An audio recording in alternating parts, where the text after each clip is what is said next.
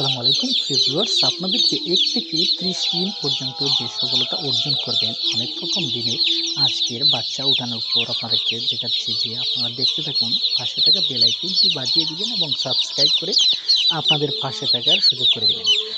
তো আপনারা একটি করে আমার ভিডিওগুলো পেয়ে যাবেন। চলুন আপনাদেরকে আমি কিছু কার্যক্রম শিখিয়ে দিই এবং বুঝিয়ে দিই। যে প্রথম দিন আপনি যখন বাচ্চা উঠাবেন তখন কার্পেটিং করবেন, পেপার বিছাবেন, বোর্ডিং করবেন। বোর্ডিং করার পর বাচ্চাগুলোকে ছেড়ে দিবেন।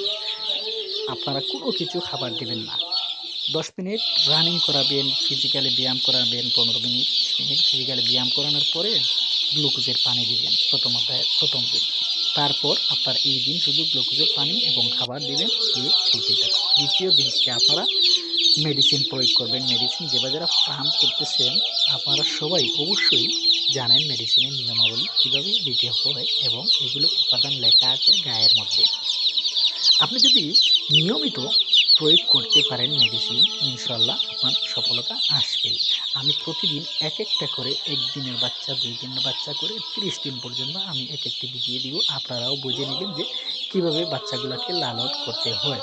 আপনারা শুধু ফার্ম করলেন আর ফার্ম করে চলে গেলেন, আসলেন আর গেলেন, এটা চলবে না। আপনি অনেক পরিশ্রম দিতে হবে, শ্রম দিতে হবে। বাচ্চাদেরকে যেরকম লালন পালন করতে হবে ঠিক সেই রকম ব্রয়লারের বাচ্চাদেরকে লালন পালন করতে হবে। এইগুলো হচ্ছে আপনার নারিশের বাচ্চা, নারিশ জাতের বাচ্চা।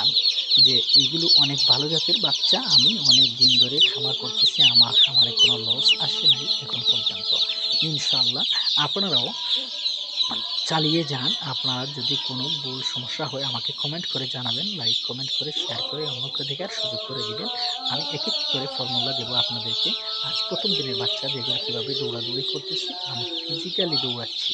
ফিজিক্যালি আসসালামু আলাইকুম দৌড়ানোর পরে ভিউয়ার্স, আমি আপনারা খাবার দেখতে দেব পাচ্ছেন যে এবং তাকে ব্রয়লার গ্লুকোজের মোরগ পানি দিব কিভাবে একটার সবাইকে। উপরে তো আরেকটা আপনারা উঠতেছে। দেখতে মানুষের পাচ্ছেন যে মধ্যে যেরকম বাচ্চাগুলো ফাইজলামি কীভাবে আছে দৌড়তেছে এবং তেমনি প্রাণীর মধ্যেও ফাইজলামি আছে।